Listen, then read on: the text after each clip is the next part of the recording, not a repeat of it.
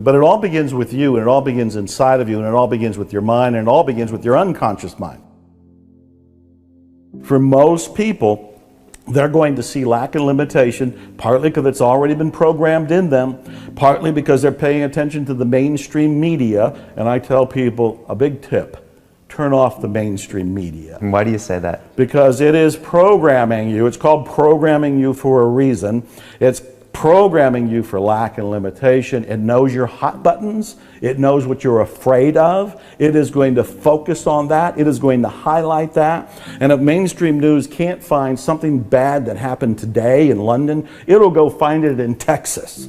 Select the information. You're feeding your brain. You're feeding your soul. You're feeding your unconscious, subconscious mind. Select it with some sort of wisdom and discernment, so you program yourself for this abundant life.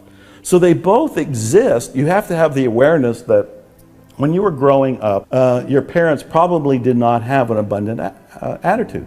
I tell people your parents probably were not enlightened. They were probably not Mr. and Mrs. Buddha.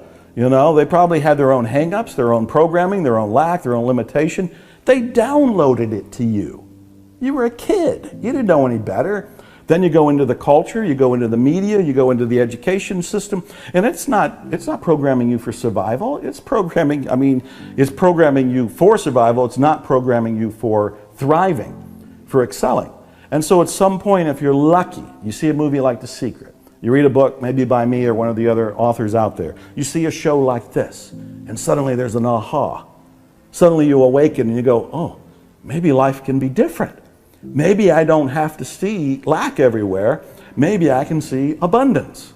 So to me, there's an optical illusion. They're both available. You get to choose. And how can I practice that state of abundance? Is that through an affirmations? Yeah, I love that question. You know, I can talk to you forever. A few basic ways, you know, because also a lot of people watching us will say, Joe, Brian, if I look at a street and someone else looks at a street, it's the same street, it's the same people, it's the same. But a lot of people will not understand that actually they'll pull all of these cultural dialogues, personal dialogues, and they'll see the things they want to see to continue that scarcity mentality. That's right. They're going to see it unconsciously. It's going to be coming from the paradigm they already have, the mindset they already have, which is in their subconscious/unconscious.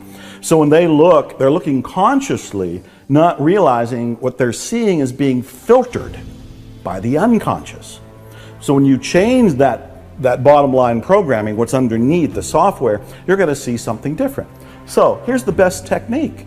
It's a technique that comes from 1900, from the book Pollyanna. It's called Play the Glad Game. And the glad game is you look for something good. Just start looking for something good. The rule of thumb is there is something good in everybody and in every situation. And there are some people and some situations that will challenge you.